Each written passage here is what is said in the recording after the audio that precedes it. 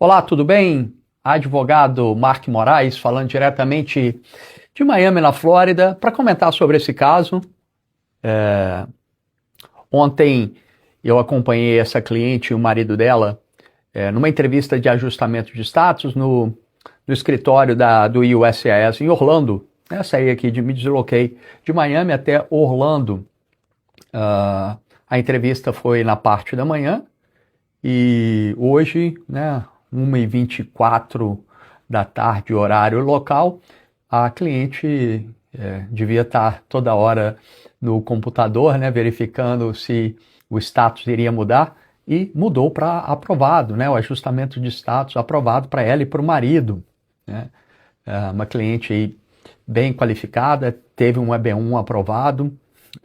Eu não participei do processo de EB1, foi bem conturbado, daqui a pouco eu vou dar alguns detalhes, mas enfim, a petição I-140 havia sido aprovado e a cliente optou em seguir acompanhada de um advogado. Muito importante, não é obrigatório, mas é muito importante ter um advogado, porque é um momento crucial aí de todo o processo, Você já teve o seu I-140 aprovado, você não quer nadar e morrer na praia, chegar num momento tão importante aí de todo o processo e mesmo com o I-140 aprovado, ter talvez aí um ajustamento de status negado e de repente ter que sair dos Estados Unidos.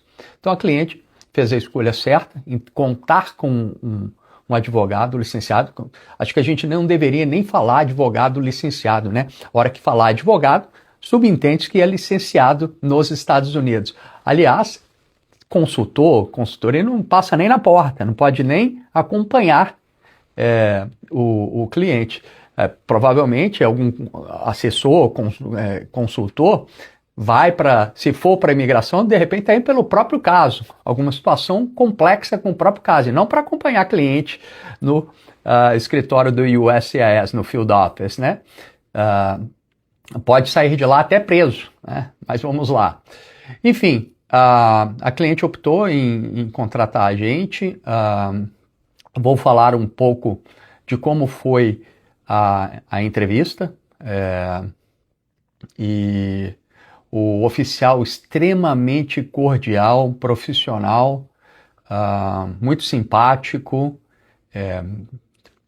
Pode ser que não seria o caso, mas uma coisa que os clientes comentaram logo depois que a gente saiu da entrevista foi o fato, falou assim: nossa, doutor, como você quebrou o gelo, porque é um momento tenso, Tá todo mundo ali, não sabe como vai ser conduzida essa entrevista, e como você quebrou o gelo com o oficial. O oficial também, um ser humano, está ali, às vezes pode estar, não estar num dia legal, pode estar, às vezes, de saco cheio de muita coisa, também tem seus problemas pessoais. Acho que não é problema das outras pessoas os nossos problemas pessoais, mas é um ser humano e isso pode fazer toda a diferença. Então, não basta muitas vezes ter o conhecimento técnico da legislação, da lei, de como funciona, isso aí é o número um, mas também tem que ter aquela perspicácia, aquela sagacidade, fazer a leitura do ambiente, fazer a leitura. Eu, quando entro numa entrevista, eu já estou mapeando toda a sala ali daquele oficial ou daquela oficial, vendo se tem coisas em comum, e se tiver uma abertura, se for uma pessoa que está querendo, às vezes, conversar de outros assuntos. A gente conversou de Copa do Mundo, a gente conversou de NBA, do New York Knicks, a gente conversou da seleção brasileira, a gente conversou de vários assuntos, A gente conversou de viagens, óbvio, mínima, O foco ali da entrevista era o ajustamento de status. Então, tiveram poucas situações em que eu tive que interpelar com alguma coisa mais técnica, com alguma informação sobre o processo, mas esses momentos foram importantes. Por exemplo, a cliente teria marcado no formulário ajuste de status que já teria tido um visto negado, quando na verdade ela nunca teve um visto negado, ela já teve um I-140 negado. Então ela poderia ter respondido muito bem, não para essa pergunta, o oficial questionou e eu pude explicar isso, ele entendeu bem, né? Também o oficial questionou a respeito do casamento, se o casamento entre eles, apesar de não ser um processo de casamento, a entrevista ela pode virar uma entrevista de casamento, porque acontece, acredite se quiser, muitas fraudes de casamento em processos que não são de casamento. Explico. Por exemplo, tem uma pessoa que tem um bom caso de asilo, realmente sofreu perseguição, a perseguição foi em cima daqueles características protegidas do asilo, e aí ela tem algum amigo ou uma amiga, ou alguém que inclusive está pagando ela, falando, você tem grande chance de aprovar o seu processo de asilo, casa comigo, que eu vou beneficiar também. Então a entrevista que seria de asilo, ela pode se tornar uma entrevista de casamento, né? E pode acontecer com um processo de employment-based.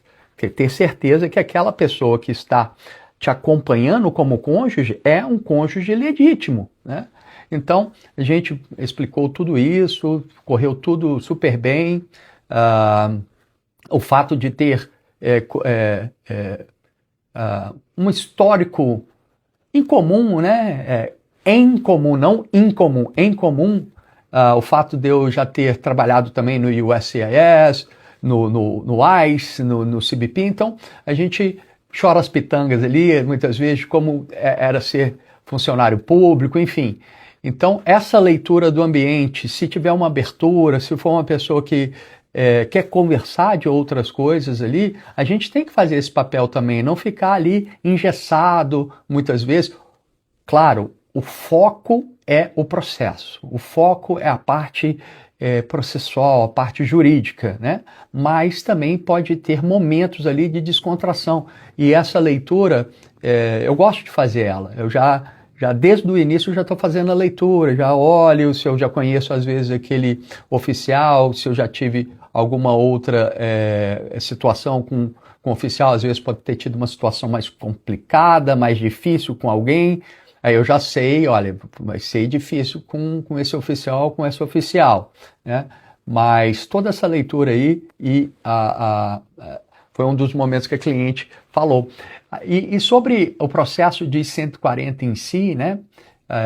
A cliente, ela teve a aprovação por conta própria, tá? Ela contratou um escritório / assessoria. Por que eu falo isso? Porque quem manda no escritório é o vendedor e ele contrata um escritório apenas para assinar, né? E aí tem briga entre o vendedor e o advogado, né? Isso acontece muito. Começa a crescer o olho, o advogado, poxa, eu posso ganhar mais, o vendedor que está ganhando mais que eu e eu que estou assinando o caso, aí se separam, brigam e os clientes ficam a ver navios, né? Fica igual barata tonta, barata depois que tomou uma borrifada de Baygon, não sabe para onde ir. Poxa, eu não posso ir com o vendedor porque ele é só um vendedor, mas eu nem sei quem é esse advogado que teria assinado minha petição, eu nunca conversei com ele, não faço a menor ideia, mas vendedor, envolvente, sedutor, convenceu, né? Teve o processo negado. Cliente altamente qualificado, teve um processo negado. Processos negados acontecem, pessoal, assim, honestamente eu não sei se houve falha, a negativa foi por falha, mas, querendo ou não, não é advogado devidamente licenciado. Então, teve uma negativa. Teve uma segunda negativa, tá? A cliente, então, agora ela está sozinha. Agora ela está sozinha, não quer mais aquele escritório, porque teve situações complicadas. Agora está numa situação difícil. vou protocolar por conta própria, protocolo um terceiro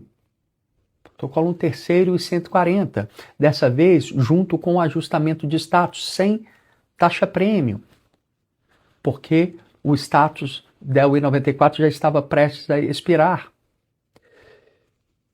Quando o status expira, ela resolve dar entrada num quarto, enquanto esse terceiro ainda estava pendente, agora com processamento premium. E tem aprovação, sem RFE nesse quarto e 140. O terceiro está pendente, hein? O terceiro está pendente, porque ela deu entrada sem processamento premium. O quarto é aprovado. E aí, como que eu ajudei a cliente antes mesmo dela ter se tornado minha cliente?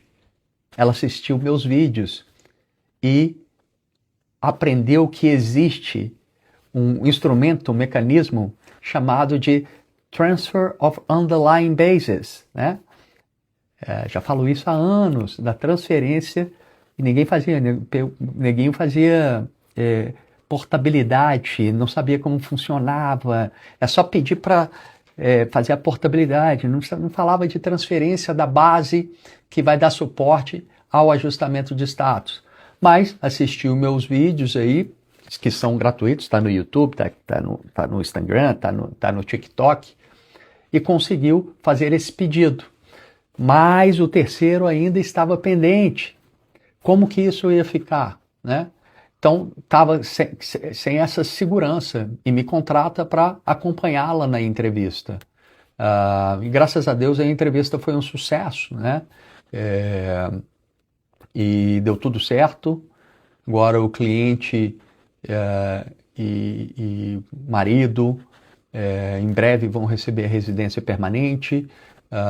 Ela vai poder continuar o trabalho brilhante que ela faz e vai viver a vida na América, feliz da vida aí, porque merece, porque é qualificada, porque passou perrengues aí no início, com contratação errada, tá? E você pode ter um advogado e ter negativa. Infelizmente, negativa faz parte, não tem como, tá? Vou até fazer um outro vídeo sobre um processo que a gente teve aprovação hoje de um O1, que foi aprovado depois de ter a primeira negativa, tá?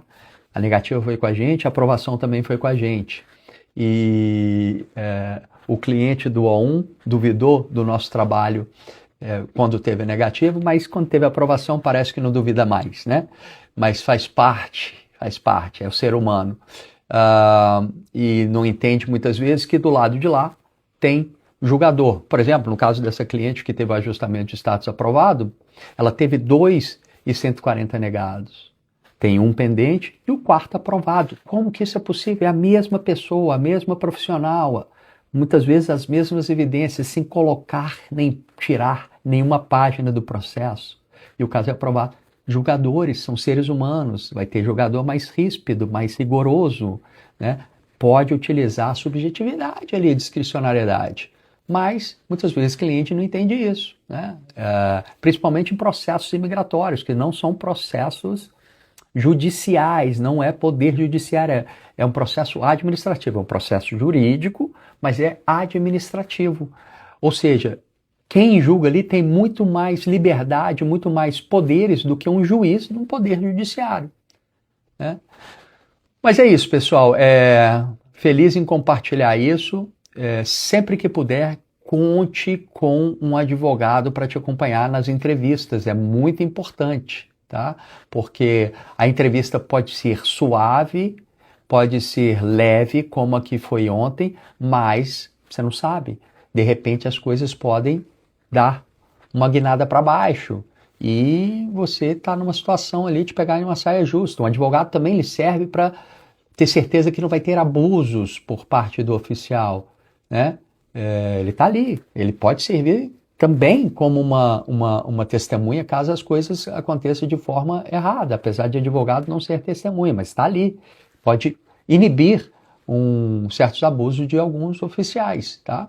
É isso aí, pessoal. Muito obrigado, um abraço e até a próxima.